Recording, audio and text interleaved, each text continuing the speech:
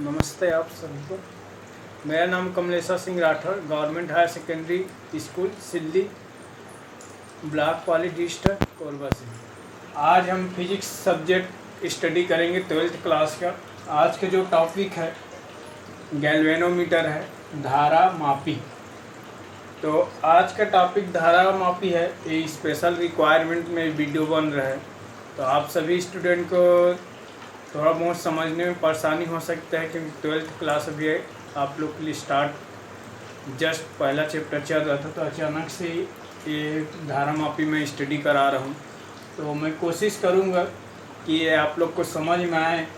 तो इसके पहले धारा मापी में जाने से पहले मैं इसका कैसे कैसे क्या क्या होता है इसका ओवरव्यू, एक इंट्रोडक्शन आप लोग को दूंगा, जिससे आपको धारा मापी अच्छे से समझ में आ जाए। तो धारा मापी स्टार्ट करने से पहले इसके बेसिक जो इंट्रोडक्शन हिस्ट्री वगैरह है इसमें पहले जाते हैं, उसके बाद फिर धारा मापी हम लोग स्टडी करेंगे।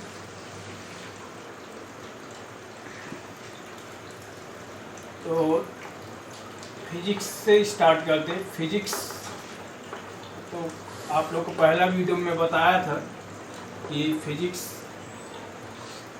का जो ब्रांचेस वगैरह है इसके बारे में। तो फिजिक्स का दो ब्रांच होता है।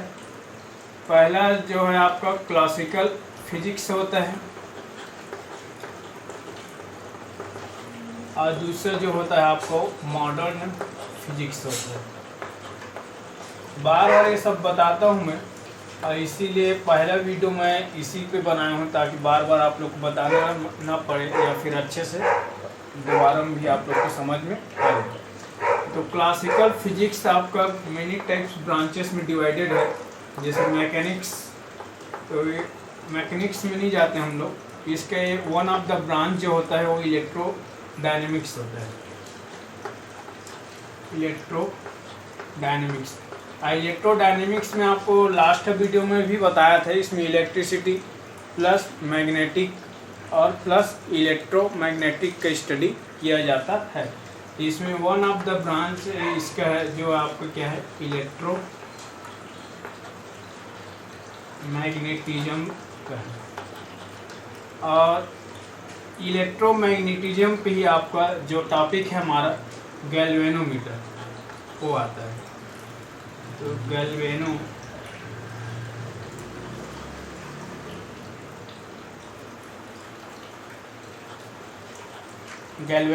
आता है, ठीक है जी।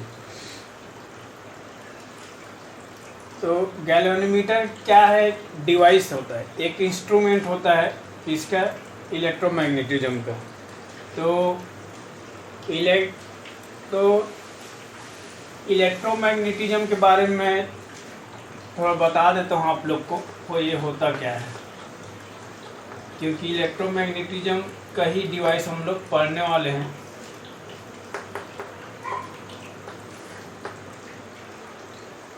या फिर इलेक्ट्रोमैग्नेटिक लिख लो।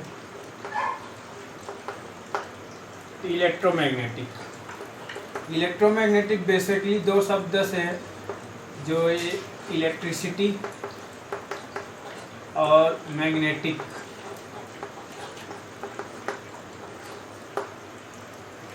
इलेक्ट्रिसिटी आप ये दो टाइप्स में होता है, एक स्टैटिक इलेक्ट्रिसिटी होता है और दूसरा जो होता है डायनेमिक इलेक्ट्रिसिटी, यानी डायनेमिक इलेक्ट्रिसिटी। यानी ये आपका स्थिर विद्युत हो गया, इसको इलेक्ट्रोस्टैटिक भी बोला जाता है, स्थिर विद्युत। ये आपको क्या हो गया, इलेक्ट्रोस्टैटिक। इसी चैप्टर को आप लोग अभी लास्ट वीडियो में स्टडी किए हैं, इलेक्ट्रोस्टैटिक स्थिर विद्युत। तो आपके स्टैटिक इलेक्ट्रिसिटी में आ गया डायनेमिक इलेक्ट्रिसिटी, यानी धारा विद्युत। तो ध्यान दीजिए कि electricity only electric field generate करता है, इलेक्ट्रिक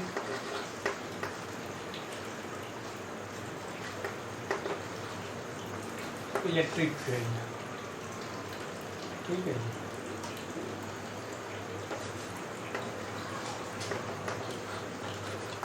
इलेक्ट्रिक फील्ड जनरेट करता है, जबकि डायनेमिक इलेक्ट्रिसिटी आपका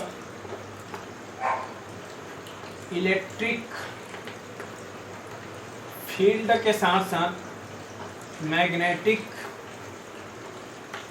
फील्ड भी जनरेट करता है। तो डायनेमिक इलेक्ट्रिसिटी में ये मैग्नेटिक फील्ड भी जनरेट करता है। इसकी जो जानकारी ओरेस्टेड नामक वैज्ञानिक ने दिया था, उन्हीं ने बताया था कि जब धारावाही तार पे विद्युत प्रवाहित किया जाता है तो उसके आसपास मैग्नेटिक फील्ड जनरेट होता है। ऐसा ओरेस्टेड ने अपनी घटना में बताया था। आगे चल के इस पर फैराडे वगैरह ने भी अपना काम किया, लेंज वगैरह ने भी। तो ये सब का बहुत बड़ा योगदान है इलेक्ट्रोमैग्नेटिज्म चैप्टर में।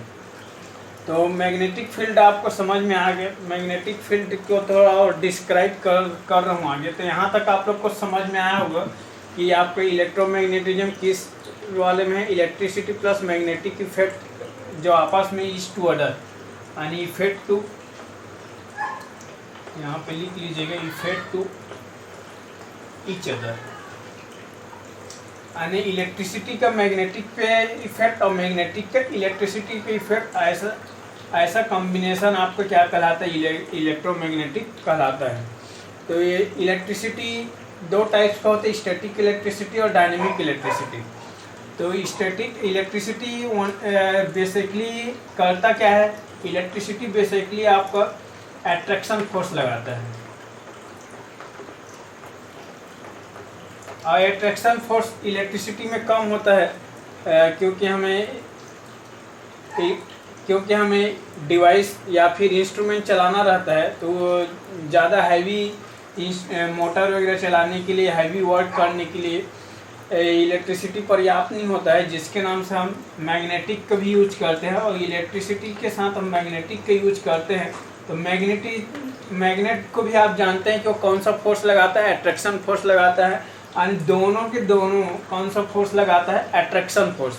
तो हैवी वर्क करने के लिए आपका ये इलेक्ट्रोमैग्नेटिज्म यूज किया जाता है, क्योंकि इलेक्ट्रिसिटी का भी अट्रैक्शन फोर्स है, मैग्नेटिक का भी अट्रैक्शन फोर्स। जब दोनों एक दूसरे से मिल जाते हैं, यानी दोनों एक दूसरे के प्रभावित करते हैं, उस वाली स्थिति में आपका जो पावर है वो 100-200 गुना क्या हो जाता है, ज़्यादा इंक्रीज कर जाता है। तो जिससे कारण हमें अट्रैक्शन पावर बहुत ज़्यादा मिलता है। आप बेसिकली देखे होंगे कि सामान्य चुंबक से किसी वस्तु को आकर्षित करेंगे तो जहाँ तक उसकी कैपेसिटी रहेगा वहाँ तक आकर्षित करेगा, छोटे छोटे वस्तुओं को। लेकिन आप और टीवी वगैरह में देखे होंगे तो इलेक्ट्रोमैग्नेटिज्म एक विद्युत होता है, डिवाइस होता है जो प्लांट वगैरह में दिखता है, आपका क्रेन में रहता है। तो वो क्या करता है, स्क्रैप यार्ड वगैरह के जंक सामान को उसको उठा लेता है, यानी चिपका लेता है, उठा लेता है। यानी कई टन माल क्या है इलेक्ट्रोमैग्नेटिज्म से एक साथ उठाया जा सकता है। इलेक्ट्रोमैग्नेटिक का यूज और आपका स्पीकर्स वगैरह में साउंड वगैरह फ्रीक्वेंसी, और आपका रिसीवर जो होता है, जो सब आप लोग सैटेलाइट बॉक्स वगैरह घर में रखे रहते हैं, DTH वगैरह, डिश टीवी वगैरह, तो उसमें भी फ्रीक्वेंसी बूस्ट करने के लिए, फ्रीक्वेंसी फिल्टर करने के लिए इलेक्ट्रोमैग्नेटिज्म का यूज किया जाता है। तो मैग्नेटिज्म का यूज बहुत ब्रॉड है, इसलिए इलेक्ट्रोमैग्नेटिज्म का चैप्टर आप लोग के 12th क्लास में रखा गया है। तो इसके बारे में और डिटेल से आप लोग जानेंगे आगे चल के। फिलहाल अभी ओवरव्यू हम लोग इंट्रोडक्शन कर रहे हैं। तो इलेक्ट्रोमैग्नेटिज्म जैसे कि मैं बताया कि ये किस वाले इलेक्ट्रिसिटी से जनरेट होता है, डायनेमिक इलेक्ट्रिसिटी से। तो डायनेमिक इलेक्ट्रिसिटी से जनरेट होगा, ध्यान रखिएगा, डायनेमिक इलेक्ट्रिसिटी से जनरेट होगा, लेकिन स्टैटिक इलेक्ट्रिसिटी से ये जनरेट नहीं होगा। तो स्टैटिक इलेक्ट्रिसिटी से जनरेट नहीं होगा। एक और है मैग्नेटिक जनरेट करने का, यानी इलेक्ट्रोमैग्नेटिक उत्पादन करने का एक और तरीका होता है, वो होता है मूविंग चार्ज। इसके बारे में भी आप लोग इस जो चैप्टर है इलेक्ट्रोमैग्नेटिज्म यानी विद्युत चुंबक वाले, उसमें आप लोग की स्टडी करेंगे। तो मूविंग चार्ज तो मूविंग चार्ज, आप साइक्लोट्रॉन जब स्टडी करेंगे तो मूविंग चार्ज के बारे में पढ़ेंगे। तो मूविंग चार्ज क्या होता है, जब मैग्नेटिक फील्ड में कोई भी मैग्नेटिक फील्ड रहेगा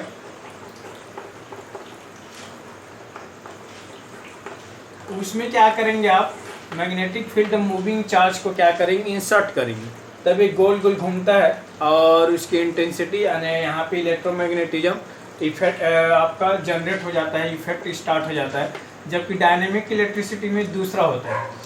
ध्यान रखें कि मैग्नेटिक फील्ड में आपका मूविंग चार्ज जाता है, लेकिन डायनेमिक इलेक्ट्रिसिटी जब इलेक्ट्रोमैग्नेटिक जनरेट करता है तो डायनेमिक इलेक्ट्रिसिटी जो है शुरू फ्लो होता है, फिर आपका मैग्नेटिक फील्ड क्या होता है, जनरेट होता है। जबकि इसमें मैग्नेटिक फील्ड पहले से रहता है, फिर मूविंग चार्ज क्या करते हैं उसके अंदर इंसर्ट यानी उसके अंदर भेजते हैं। तो ये दोनों में थोड़ा सा बेसिकली डिफरेंस है। तो आपके इलेक्ट्रोमैग्नेटिक कैसे जनरेट होगा, दो तरीके, एक डायनेमिक इलेक्ट्रिसिटी से हो सकता है, दूसरा आपको मूविंग चार्ज से। तो आशा करता हूँ यहाँ तक आप लोग को समझ में आया होगा। मैं आप लोग को इसलिए सब बता रहा हूँ कि आप लोग को शुरू गैल्वेनोमीटर आप लोग को अच्छे से समझ में आना चाहिए। तो बेसिकली जो बता रहा हूँ उसको ध्यान से स्टडी करिएगा। आप लोग के लिए नया है और अचानक से चालू कर रहा हूँ तो हो सकता है आप लोग को थोड़ा सा मेहनत लगे समझने में। फ़िलहाल मैं तो ट्राई कर ही रहा हूँ, आपका 10th लेवल में आप लोग स्टडी किए उसके बेसिस से समझाने का, ताकि आप लोग को गैल्वेनोमीटर का जो टॉपिक अच्छे से समझ में आए। तो इलेक्ट्रोमैग्नेटिक के लिए 2-3 शब्द यूज होता है, वो मैं बता दे रहा हूँ। तो खाली इलेक्ट्रोमैग्नेटिक भी बोल सकते हो आप, ठीक है जी, या फिर इसको क्या बोल सकते हो, इलेक्ट्रोमैग्नेटिक फोर्स भी बोल सकते हो। इलेक्ट्रोमैग्नेटिक फोर्स भी यूज कर सकते हो। एक और शब्द यूज होता है इसके लिए, 3 तरह के होगी, एक इलेक्ट्रोमैग्नेटिक भी बोल सकते हो, दूसरा इलेक्ट्रोमैग्नेटिक फोर्स भी बोल सकते हो, तीसरा लॉरेंज फोर्स भी बोल सकते हो।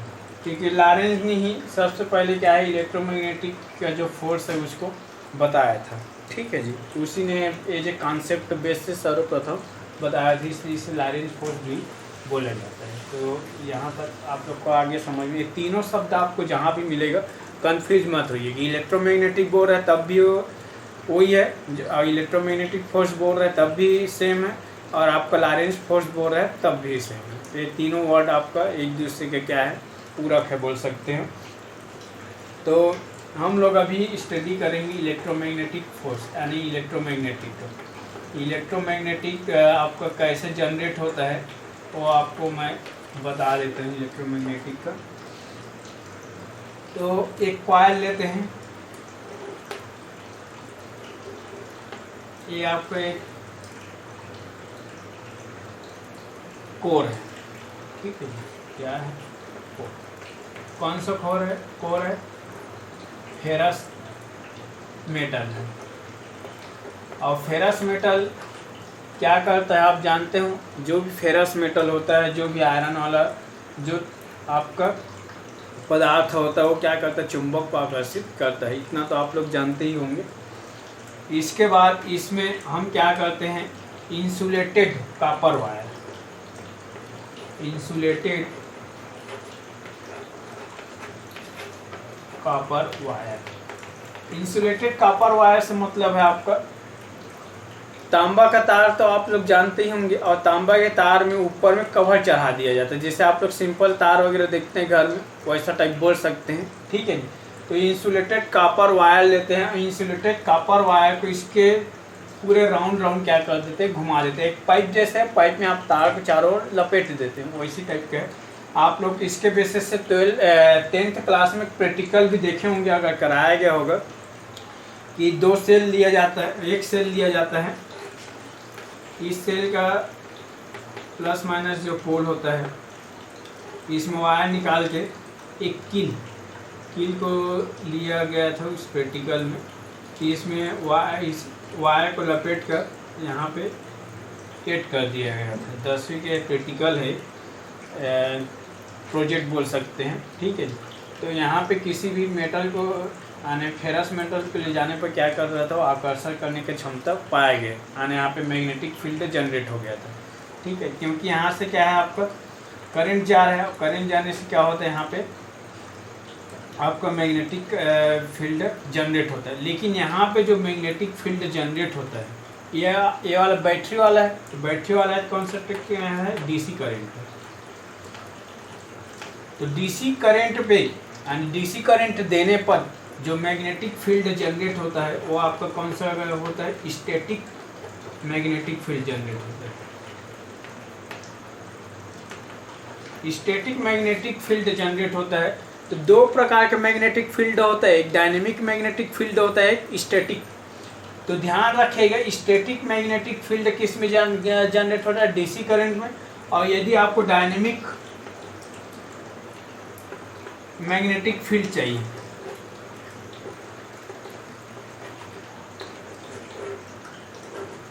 तो इसके लिए आपको क्या करंट देना पड़ेगा, एसी करंट देना पड़ेगा। अब एसी करंट डीसी करंट क्या होता है ये पूछेंगे आप लोग। तो डीसी करंट डायरेक्ट करंट ये तो आप लोग स्टडी किए होंगे, फिर भी मैं बता देता हूँ। डायरेक्ट करंट जो है,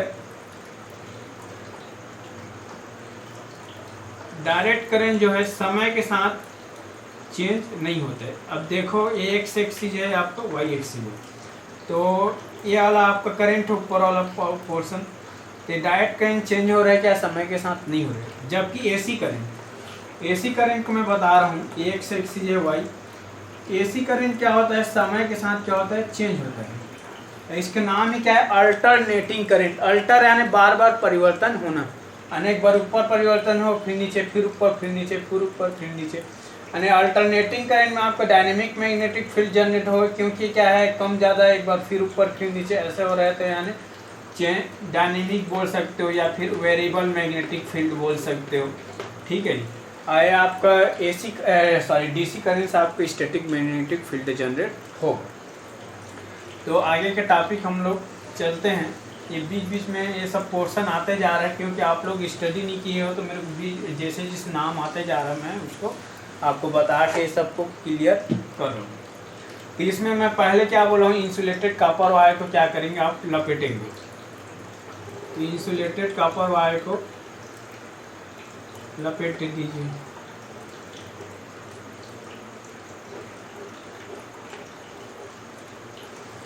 इंसुलेटेड कॉपर वायर को लपेट कर बैटरी से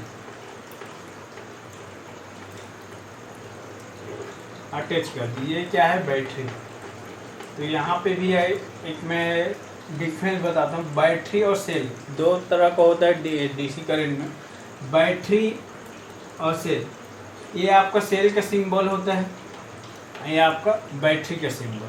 ठीक है, तो बैटरी का सिंबल देखो कितना सेल लगा है, 3 सेल लग के बैटरी बने। यानी सेल को आपस में आप कॉम्बिनेशन करोगे, यानी सेल के क्या करोगे, संयोजन करोगे, तब आपको क्या बनता है, बैटरी। यानी सिंपल से सेल का कम कैपेसिटी रहेगा, कम क्षमता रहेगी, और बैटरी का क्षमता क्या रहेगा, ज़्यादा रहेगा। तो जैसे जैसे हमें ज़्यादा पावर के यहाँ पे करंट चाहिए, वैसे वैसे हम बैटरी के भी पावर क्या करते हैं, इंक्रीज करते हैं। बैटरी की क्षमता को इंक्रीज करते, बैटरी की शक्ति को बढ़ाते। ठीक है, अब करंट क्या है आपका, ये जो लंबी वाली लाइन है प्लस के शो करता है, जो छोटी वाली लाइन आपका माइनस। इतना जान ही रखिए, और सेल में भी यही होता है, छोटी लाइन होती है वो माइनस का, बड़ी लाइन जो होती है प्लस। तो चिन्ह परिपाटी के अनुसार, साइन कन्वेंशन के अनुसार आपको धारा की किधर से किधर जाता है, प्लस से माइनस की ओर। तो धारा आपका प्लस से माइनस की ओर जाएगी, इधर प्लस से माइनस, फिर ऐसे आएगा, फिर आपका ऐसी की धारा आपका आते जाएगा। ठीक है, अब जैसे धारा प्रवाहित हो रहा है, धारा प्रवाहित होने से, अब धारा प्रवाहित होने से ओरेस्टेड ने क्या बताया था कि ओरेस्टेड ने बोला था कि आपका धारा प्रवाहित करने से आपका विद्युत धारावाही जो तार है, जो चालक तार है, उस पर क्या होता है, इलेक्ट्रिसिटी जनरेट हो जाता है, ये बताया था। यानी उसने ओरेस्टेड के प्रयोग देखेंगे तो थोड़ा सा यहाँ पे पहले देख लीजिए। ठीक है जी, ओरेस्टेड का प्रयोग आप देखेंगे तो यहाँ पे वो बैटरी से कनेक्ट किया था एक वायर को, और वायर को कनेक्ट करने पे यहाँ पे कंपास लाया था, मैग्नेटिक कंपास। तो मैग्नेटिक कंपास को लाया तो यहाँ पे उसने डिफ्लेक्शन देखा है, विक्षेप दिखा है, मैग्नेटिक कंपास में क्या हुआ, परिवर्तन देखा। तब उसने इस घटना को क्या नाम दिया, विद्युत चुंबक, यानी विद्युत क्या चुंबक क्या है उत्पन्न हो रहा है। इस घटना का विद्युत चुंबक नाम पड़ा और स्टेन ने ये सब बताया था। लेकिन यहाँ ये तो सिंपल था, यहाँ पे आपका जो कोर है उसको यूज नहीं किया गया था, लेकिन इलेक्ट्रोमैग्नेटिक में हम कोर का यूज कर रहे हैं। ये ओरेस्टेड का है। तो अब देखिए ओरेस्टेड के प्रयोग के हिसाब से क्या होगा, वायर में क्या होगा आपका, वायर के आसपास क्या होगा आपका, मैग्नेटिक फील्ड जनरेट होगा। तो ओरेस्टेड के अनुसार आपको क्या हुआ, मैग्नेटिक फील्ड जनरेट हुआ। अब मैग्नेटिक फील्ड तो जनरेट हो गया। अब ये क्या है आपका, फेरस मेटल आया है। ये जो आपका जो कोर यूज हुआ है वो आपको कौन सा पदार्थ है, फेरस मेटल है। तो मैग्नेटिक फील्ड अब इस पर भी जनरेट होगा, क्योंकि ये भी क्या करेगा, अट्रैक्शन करेगा। तो ये आपको भी क्या करेगा, मैग्नेटिक फील्ड आपको जनरेट करेगा।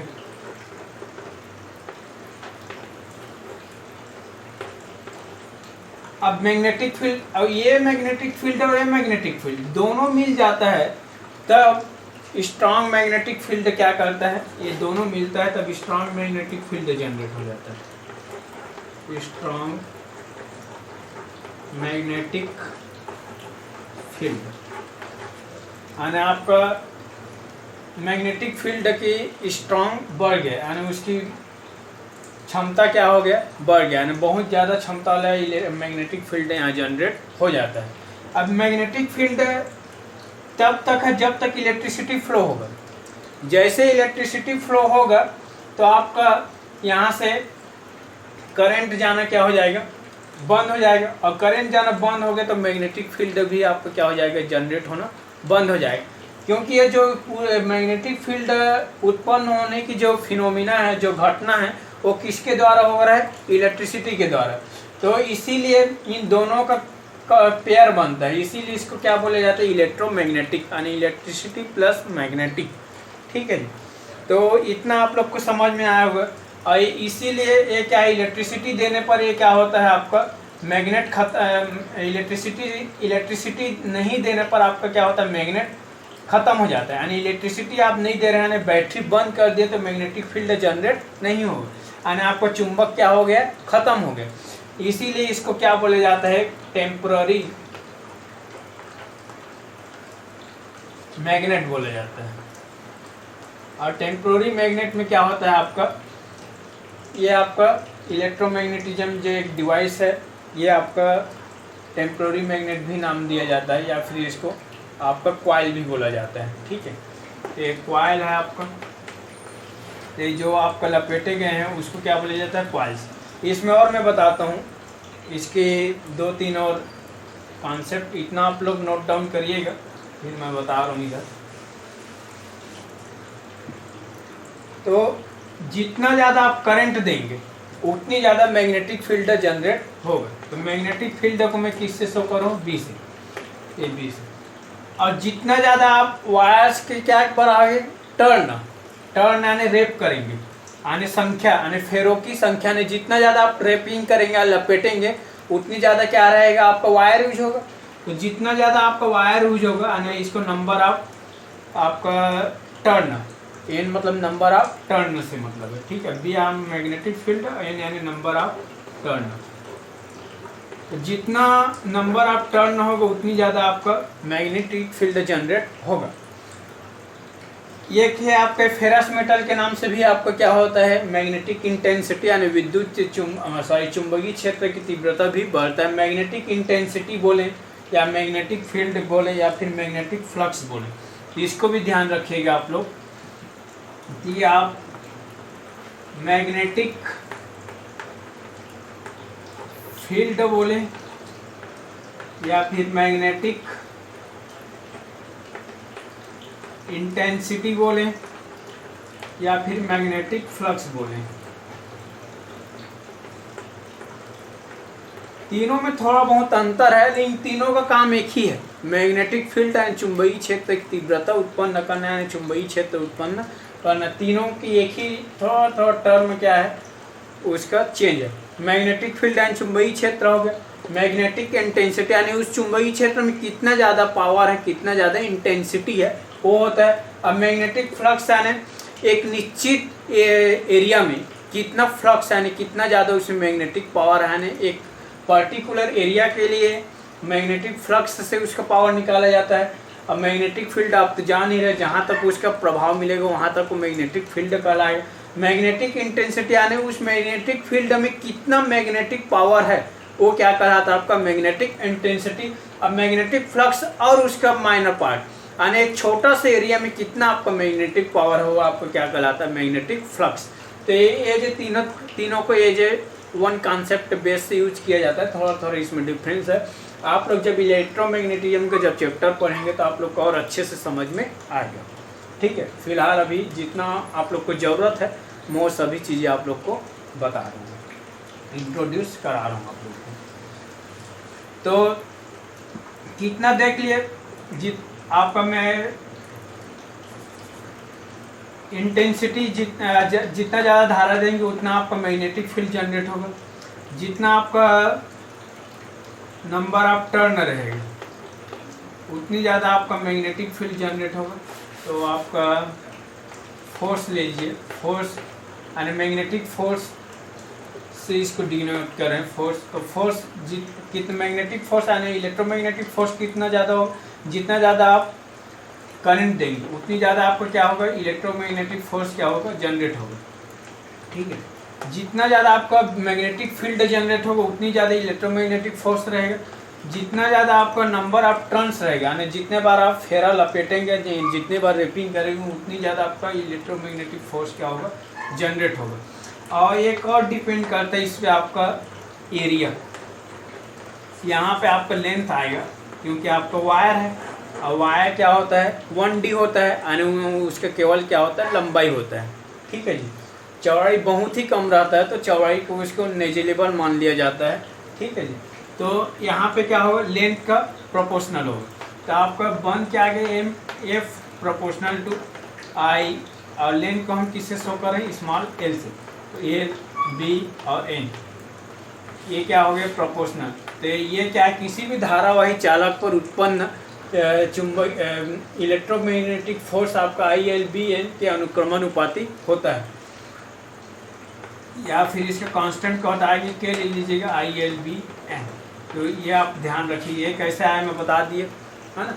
मैग्नेटिक तो इलेक्ट्रोमैग्नेटिक फोर्स जितना ज़्यादा करंट रहेगा उतनी ज़्यादा होगा, जितना ज़्यादा यहाँ पे मैग्नेटिक फील्ड जनरेट होगा। मैग्नेटिक फील्ड किस किस नाम से जनरेट हो रहा है, एक तो आपका रैपिंग किए हैं वो वायर के नाम से और दूसरा आपका ये जो कोर लिए हैं उसके नाम से। इन दोनों के नाम से क्या होता है इसकी पावर 100-200 गुना से भी ज़्यादा आपको क्या होता है बढ़ जाता है ये मैग्नेटिक फील्ड। तो अब तीसरा क्या आएगा आपका नंबर ऑफ टर्न्स यानी जितना ज़्यादा आप फेरा लपेटेंगे उतनी ज़्यादा क्या होगा आपका इलेक्ट्रोमैग्नेटिक फोर्स जनरेट होगा। लास्ट आपको क्या है जितना ज़्यादा लेंथ अब लंबाई जितना ज़्यादा आपका वायर की लंबाई रहेगा उतनी ज़्यादा आपका क्या होगा आपका इलेक्ट्रोमैग्नेटिक फोर्स जनरेट होगा। तो इन चारों इक्वेशन को आप मिलाएंगे 2, 3 और 4, तो चारों इक्वेशन को मिलाने पर आपको क्या मिलता है a proportional I L B N. और एक और होता है इसके साथ एंगल लेंगे तो ये आपका एक और होता है a proportional to sine theta होता है। तो एंगल पे भी डिपेंड करता है क्योंकि ये देखो इसके बीच में क्या बन रहा है एंगल बन रहा है, तो एंगल कितना बन रहा है 90 डिग्री बन रहा है। और एक और है मैग्नेटिक फील्ड,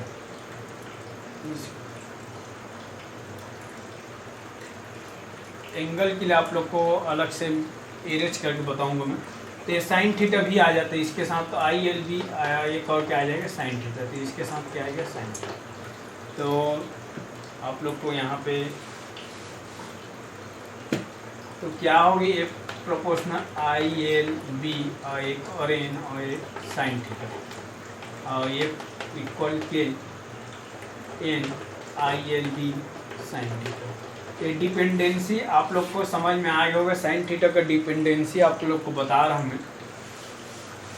साइन थीटा यानी थीटा के बारे में एक ही चीज़ मैं बताऊंगा, ये आपका एक्स एक्सिस है, वाई एक्सिस है, जेड एक्सिस। जब आपको इलेक्ट्रिसिटी ऊपर की ओर क्या कर रहे हो, ये समझिएगा, ये आपको क्या है, वायर है, ठीक है जी। ये जो लपेटा गया है वही वायर है आपका, आपको वायर जैसे बना दे रहा हूँ इसको। ये क्या है आपका वायर। ये वायर के साथ जो मैग्नेटिक फील्ड, यानी जो मैग्नेटिक फील्ड ये आपका कैसे जनरेट होता है, जेड एक्सिस के समांतर, यानी मैग्नेटिक फील्ड किधर जनरेट होता है, जेड एक्सिस के समांतर, ठीक है। इन दोनों के बीच क्या बनता है, 90 डिग्री। और मैग्नेटिक फील्ड जब तक आपका 90 डिग्री नहीं बनेगा तब तक, यानी आपका इलेक्ट्रिसिटी का डायरेक्शन और मैग्नेटिक फील्ड का डायरेक्शन, दोनों के बीच जो डायरेक्शन है 90 डिग्री नहीं होगा तो आपका इलेक्ट्रिसिटी जनरेट नहीं होगा। ये वाला आप जब मैग्नेटिक फ्लक्स पढ़ेंगे तब इसको एंगल के बारे में वहाँ पे स्टडी करेंगे। तो 90 डिग्री होना, अब 90 डिग्री क्यों होना जरूरी है, देखिए यहाँ पे साइन 90 करेंगे तब क्या होता है, उसका मान 1 है ना, और साइन 0 करेंगे तो उसका मान क्या हो जाएगा आपका 0, यानी आपका मैग्नेटिक फील्ड क्या होगा 0, यानी आपका 0 डिग्री होना जरूरी है, 90 डिग्री, यानी कोई ना कोई एंगल होना जरूरी है, 0 डिग्री बस नहीं होना चाहिए। यदि 0 डिग्री हुआ तो आपका मैग्नेटिक फील्ड जनरेट नहीं होगा, यानी आपका इलेक्ट्रोमैग्नेटिक फोर्स जनरेट नहीं होगा।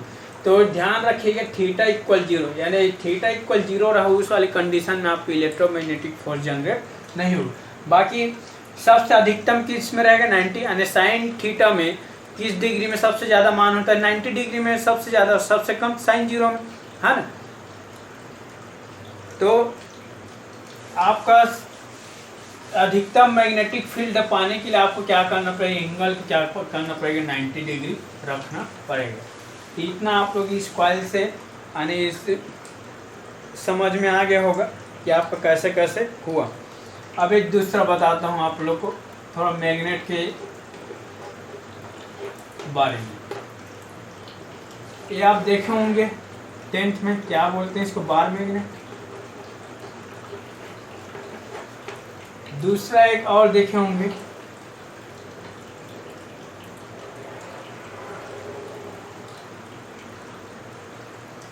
ये क्या है आपका हार्स। ये सब आप लैब वगैरह में देखे होंगे जब प्रैक्टिकल किए होंगे उस टाइम, है ना जी। तो हार्स सु मैग्नेट, क्योंकि एक घोड़े की नाल आने की तरह दिखाई दे रहा है, नाल लगा रहा था उन लोग के पैर के नीचे में, जिससे उन लोग का क्या हो, पैर घिसे मत ज़्यादा रोड वगैरह में चलने के नाम से, है ना। तो ये किसका सब है, हार्स सु मैग्नेट। तो इसके बीच आप देखे होंगे 10th में, ये क्या है, मैग्नेटिक लाइंस क्या होता है, जनरेट होता है।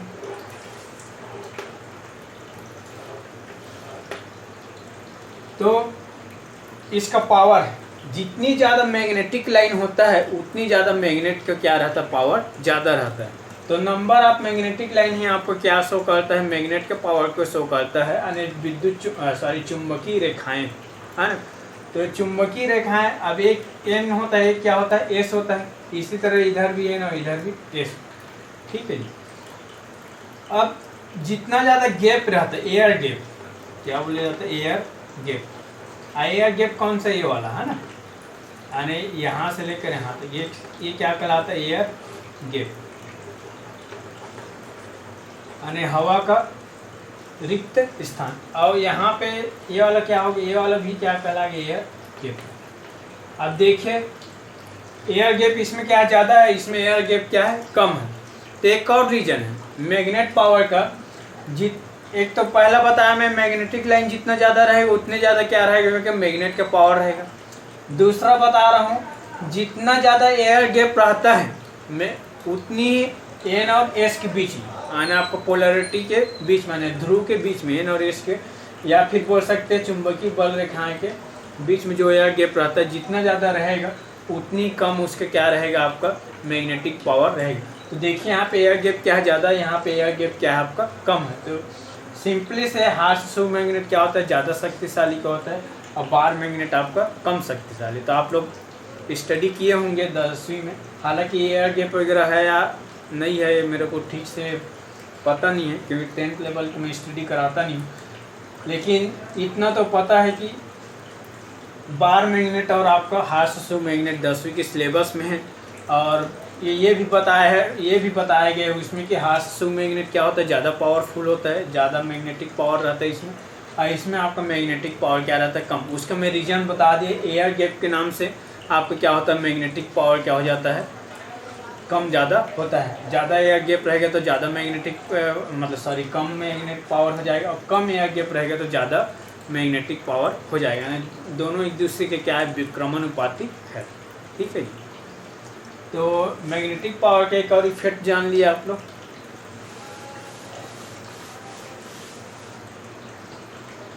तो इतना आप लोग को समझ में आ गया होगा। ठीक है जी। अब आते हैं हम गैल्वेनोमीटर।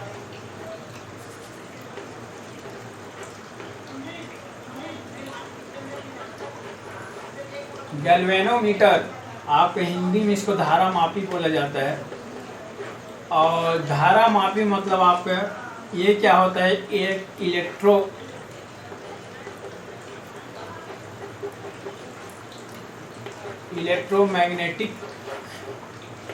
मैग्नेटिज्म डिवाइस बोल सकते हैं। हमारा टॉपिक यहीं से है आज से, है ना, अभी से। तो गैल्वेनोमीटर आपका क्या है, आपका इलेक्ट्रोमैग्नेटिज्म डिवाइस है, या फिर दूसरे शब्द हम बोलना चाहेंगे तो आप बोल सकते हैं इलेक्ट्रोमैग्नेटिज्म इंस्ट्रूमेंट। शब्द अलग अलग है लेकिन दोनों एक ही। ये आपका क्या होगा, विद्युत चुंबकीय उपकरण, हिंदी में लिखेंगे तो विद्युत चुंबकीय उपकरण, विद्युत चुंबकत्व लिख लेंगे, विद्युत चुंबकत्व उपकरण, या फिर इसका हिंदी लिखेंगे तो इसका हिंदी होता है आपका विद्युत चुंबकत्व इंस्ट्रूमेंट, यानी आपका यंत्र होता है। ठीक है। तो इसका आप विद्युत चुंबकत्व उपकरण बोले या फिर विद्युत चुंबकत्व यंत्र बोले, यानी इलेक्ट्रोमैग्नेटिक डिवाइस बोले या फिर इलेक्ट्रोमैग्नेटिक इंस्ट्रूमेंट। ठीक है जी। तो इतना आप लोग नोट डाउन करिएगा। तो गैल्वेनोमीटर है तो इलेक्ट्रोमैग्नेटिज्म का डिवाइस है, तो स्वाभाविक से है जो इलेक्ट्रोमैग्नेटिज्म के बारे में आप लोग को लास्ट इसके पहले बताया हूँ, तो वो सभी प्रॉपर्टीज इसमें भी क्या होगा, फॉलो होगा, क्योंकि उसी का डिवाइस है ना। तो अब इलेक्ट्रोमैग्नेटिज्म के जो डिवाइस जो गैल्वेनोमीटर है वो एक्चुअल में करता क्या है, तो एक्चुअल में क्या करता है, डिटेक्ट स्मॉल करंट, ये काम करता है। यानी आपका बहुत कम करंट को क्या करता है, डिटेक्ट करता है, यानी उसकी पहचान करता है, उसको बताता है कि करंट इसमें जा रहा है। दूसरा क्या करता है, ये आपका करंट का मैग्नीट्यूड भी बताता है।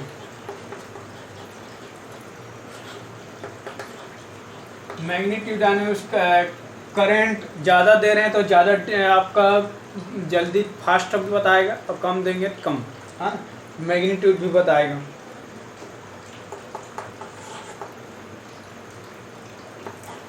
एक तरह से दूसरे वर्ड में बोलेंगे तो प्रेजेंस ऑफ इलेक्ट्रिसिटी, यानी आपके विद्युत जा रहा है नहीं जा रहा है, यानी धारा प्रवाहित हो रहा है या नहीं हो रहा है, इसको भी बताएगा। इलेक्ट्रिक करंट लिख लीजिए। ये 3 हो गया आपका, है ना जी। एक और चौथा आप लोग लिखेंगे, इतना तीनों को नोट डाउन करिएगा। चौथा मैं बता रहा हूँ आप लोग को,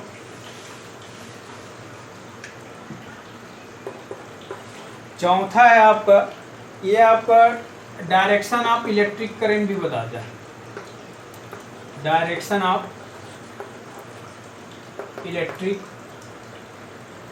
करंट, यानी आपका जो विद्युत धारा देते हैं उसकी डायरेक्शन भी बताता है, यानी उसकी दिशा भी बताता है कि किस तरफ दिशा है ना। तो और एक लास्ट है आपका strength of electricity current, strength of electricity current. तो ये क्या है, सब उपयोग है, इसके यूज है। तो आप लोग देख लिए, पहला में क्या देखे, डिटेक्ट स्मॉल इलेक्ट्रिक करंट, यानी छोटा बहुत अल्फा धारा को डिटेक्ट कर लेता है, ठीक है। दूसरा में क्या देखे आप, मैग्नीट्यूड यानी इलेक्ट्रिसिटी का मैग्नीट्यूड बताता है। तीसरा में क्या देखे आप, आपका प्रेजेंस ऑफ इलेक्ट्रिसिटी करंट यानी इलेक्ट्रिसिटी करंट है या नहीं है वो भी बताएगा।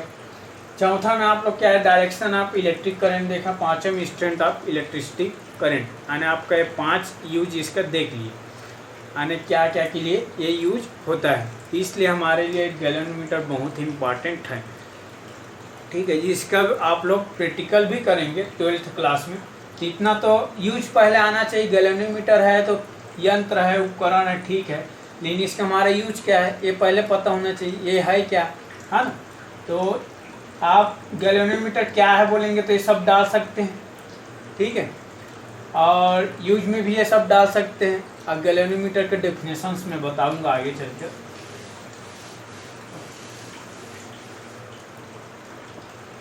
तो इतना तो हो गया आपका। तो इसके डेफिनेशंस आप लोग लिखेंगे तो फिजिक्स लैंग्वेज में लिख सकते हैं, मैं यहाँ पे लिख नहीं रहा हूँ, मैं बोल रहा हूँ, तो आप लोग लिख लीजिए, ठीक है जी। तो धारा मापी उस उपकरण को कहते हैं, धारा मापी उस उपकरण को कहते हैं जिसकी सहायता से किसी विद्युत परिपथ में, जिसकी सहायता से किसी विद्युत परिपथ में प्रवाहित होने वाली विद्युत धारा की, प्रवाहित होने वाली विद्युत धारा की उपस्थिति का पता लगाया जाता है तथा उसका परिमाण भी ज्ञात किया जाता है। तो धारा परिमाण मतलब धारा की प्रबलता का भी मापन किया जाता है, इसे हम क्या कहते हैं, धारा मापी कहते हैं। तो आप लोग डेफिनेशंस भी हो गया आपका, ठीक है जी। तो इसके बाद नेक्स्ट टॉपिक में चलते हैं। धारा मापी क्या है ये भी पता चल गया आपको। अब धारा मापी एक तरह से अमीटर होता है, ठीक है। अब आप लोग बोलेंगे आगे जब स्टडी करेंगे तो अमीटर क्या बता दिए सर, बुक में तो गैल्वेनोमीटर के साथ आपका